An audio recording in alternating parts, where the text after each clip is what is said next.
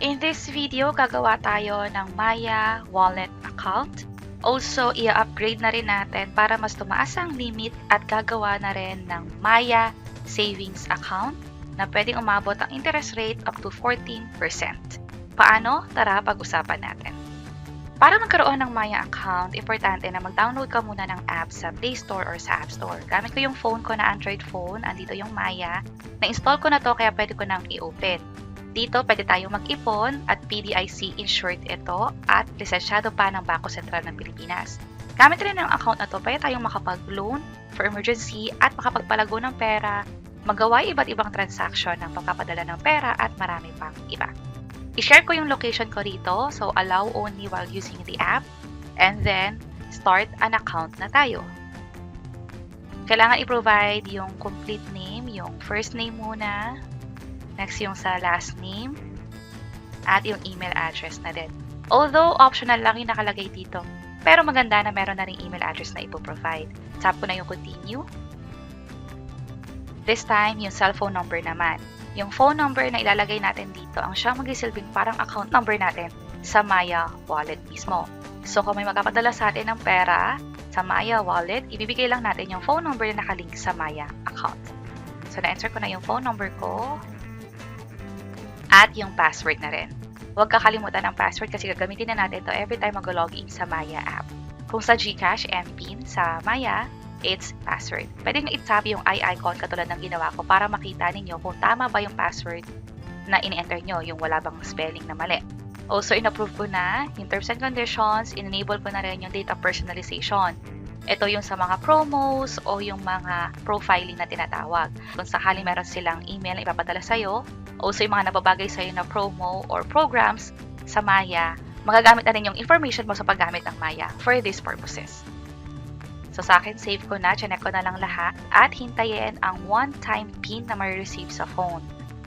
So ito na yung text. So importante na dapat yung phone number na in-enter nyo is nakaka-receive ng text, may signal, at hawak nyo talaga. Na-enter ko na yung code, tap ko na yung verify, and meron na tayong basic account sa Maya. Mas maganda na i-upgrade natin to para mas tumaas ang limit at magamit yung mga features dito.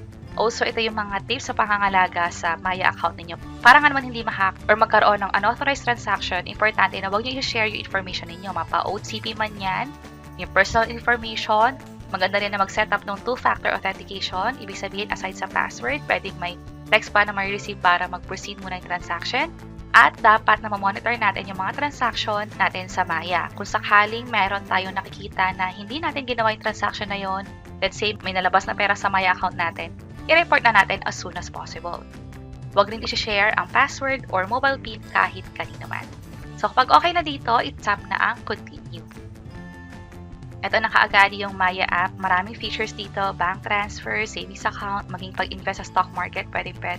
Pwede ka mag-cash in, magpadala ng pera, mag-load at magbayad ng bills. Pero hindi mo magagamit yung mga features dito unless i-upgrade mo. Katulad nito, kung mag-send ako ng pera or bank transfer, hindi siya pwede. Dito sa savings account, ito na yung para magkakaroon tayo ng bank account number mismo. Ito yung nag-i-interest ng 6% up to 14%. Pwede na tayo mag-proceed sa pag-upgrade ng account. Tap ko itong upgrade now. May mga requirements to katulad ng valid ID at selfie. Also, magpa-provide tayo ng additional information. Also, dito sa Maya app, pwede mo itong magamit pang invest sa crypto. Also, pang loan na rin or paghiram ng pera sa Maya mismo. So, na-log out lang ako. Mag-login lang ulit tayo. So, patuloy tayo dito sa same na step o kung saan tayo umalis. So, dito sa savings, balik tayo sa wallet. I-upgrade na yung account. Tap ko itong upgrade now. And tap ko na itong let's go sa bandang baba. Ito yung mga ID sa tinatanggap. Driver's license, UMID, national ID, postal ID, passport, PRC ID, SSS ID, at foreign passport. May mga primary ID rin na tinatanggap katulad ng NPI clearance. O kung magbago man yung list dito, pwede nyong i-double check bago kayo mag-proceed sa pag-verify ng account ninyo. Piliin ko na yung ID, UMID na gagamitin ko. Tap ko yung continue. Kailangan updated or hindi pa expired yung ID na gagamitin. So, buti na lang yung UMID is walang expiration. So, ito yung reminder sa pag-take or pag-picture ng ID. Tap ko yung continue para makapag-proceed na tayo. I-allow ko lang to or i-enable ko yung camera sa phone. Tap ko naman yung allow. at picturean na ang ID. Siguraduhin na malinaw at yung buong parte ng ID ay pasok dito sa rectangle. Click ko na tong use this photo. Pwede nyo rin nga palang i-retake kung sakaling malabo or hindi mabasa yung information doon sa ID. This time, video selfie naman. So ito ulit yung mga reminder, dapat malinaw, walang nakaharang sa mukha, plain yung background, and i-enable ko na or proceed tayo, tap ko tong enable media access and then allow. Ito ulit yung mga reminder, tap ko na yung start verification para mag-proceed. So sa pag-video selfie, dapat mag-blink din yung mata natin at mula doon makakapag-take na to ng selfie natin. Hintayin lang natin na mag-fully load depende sa strength o signal ninyo sa data or internet connection para mag-proceed sa next step. Ito na yung last na step kung saan ibibigay yung information tungkol sa atin. Nature of work, ito yung mga pagpipilian. So, i-scroll up ko na lang dito at piliin nyo yung pinakabagay sa inyo. Pwede rin to sa mga estudyante, sa mga housewife, OFW, government employees, at marami pang iba. Ang pipiliin ko ay freelance, and then source of income, ito naman yung pagpipilian. Pwedeng kahit allowance yung source of income, pwede rin yun. Next naman is nationality, and then yung birth details katulad ng date at kung saan pinanganak. Next naman ay current address, kung saan ka kasalukuyang nakatira, ilalagay din dito. Itong current address ko ay magsisilbing permanent address ko na rin. So, naka-check na siya. Just in case na magkaiba, i-uncheck nyo na lang at ibigay yung hiwalay pa na permanent address. Itong house number, nakalimutan ko lagyan. So, lagyan ko na rin ng info. Kapag okay na double check na tong address, scroll down tayo. Andito yung ID at yung ID number na nakita doon sa ID na pinicturean natin kanina. Proceed na tayo sa next step. Kapag may correction, pwedeng balikan. Ngayon, all good. Proceed na tayo. And sinasubmit na yung application natin. Dito sa Maya Wallet, pwede kang mag-open nga pala ng Maya Bank account. Online lang yon, hindi na kailangan pumunta sa mismong bangko. Cellphone lang talaga ang gamit at magkakaroon na tayo ng account number na siyang pwedeng makareceive ng perang padala kahit galing abroad or kahit yung mga padala via remittances.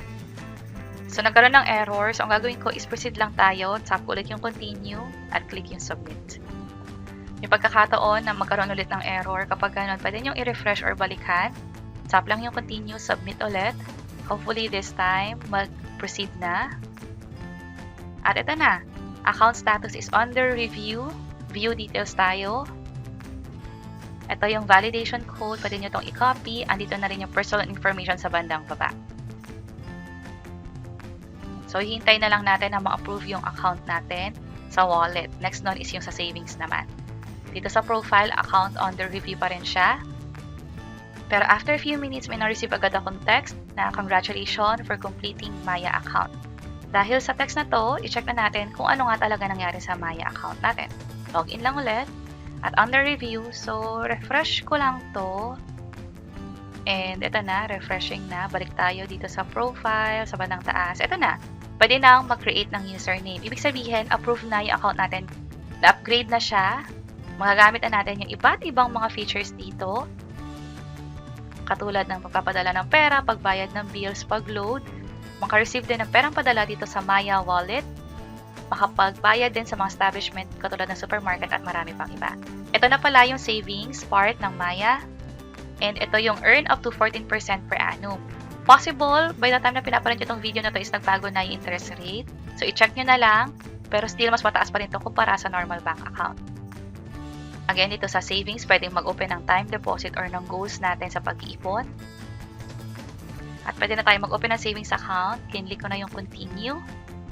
So, i-clarify ko lang na magkaiba ang Maya Wallet at Maya Savings. Although, pareho siyang nasa iisang app lang, yung Maya. Yung Maya Wallet, hindi ito nag-i-interest o hindi tumutubo yung perang iniipon dito. Pero, pwede pa rin magamit sa perang padala, pagbayad ng bills, pambayad sa mga supermarket, pwede mag-cash in, cash out.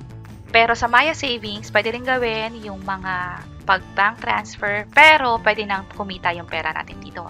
Basahin lang to, kung applicable sa inyo i-check, pero sa akin hindi ako employed sa Maya, hindi rin ako US citizen, so uncheck. Dito sa bandang baba, i-check itong Terms and Conditions, Privacy Policy, at Open Savings Account na tayo. Next naman ay hintayin ang code na ipapadala ulit sa phone. Kung mapapansin nyo, yung mga code ay pinapadala sa phone, hindi sa email. I-open ko lang tong text at ito na yung code. I-enter ko lang or i-type ko siya dito. Tap ko na yung verify. Ito na, savings account opened successfully. Ito yung mga time deposit na interest rate, 5.75%, 6%, 5.5%. Again, pwede itong magbago at may papadala din sa inyong text confirmation about sa ginawa nating transaction. So, iba-iba yung interest rate na in-offer nila. Depende kung kailan kayo nag-open ng account or kahit existing Maya user na kayo, pwede nyo pa rin ma-enjoy yung mga mas mataas na interest rate na in-offer nila. So, pwede kayo ditong mag-ipon at asahan na hindi matutulog yung pera, lalago ito, depende sa interest rate nga na ina-offer dito. Balik tayo dito sa savings tab kung saan i-check natin yung itsura ng account number natin.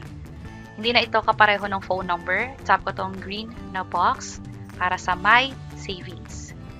Pag sinap nyo yan, makikita nyo yung transaction details, also yung mga ina-offer na pang-boost sa account o yung interest rate na pwede nating ma-take advantage. Ito na yung My Savings account number ko. So, pwede nyo itong i-copy at ipadala sa ibang tao just in case magkapadala nga sila ng pera. At marami pang pwedeng gawin dito sa bandang baba katulad ng pag-set ng transfer limit, mas mataas ang limit dito. Ito rin yung sa interest rate computation. Pwede nyo pang i-check ibang option dito katulad ng bank statement at bank certificate na pwede nyo mapakinabangan just in case na nire-require sa inyo. So, ganun kadali mag-open ng Maya Wallet, mag-upgrade ng account, at mag-open pa ng My Savings na pwede kayo mag-open ng time deposit or goals na pwedeng kumita ng mas malaking interest. Sana nakatulong tong video na to at para sa iba't ibang mga tutorial videos tungkol pa sa Maya, pwede nyong i-check itong mga nasa baba. Sana makatulong and see you sa mga next videos. Bye-bye!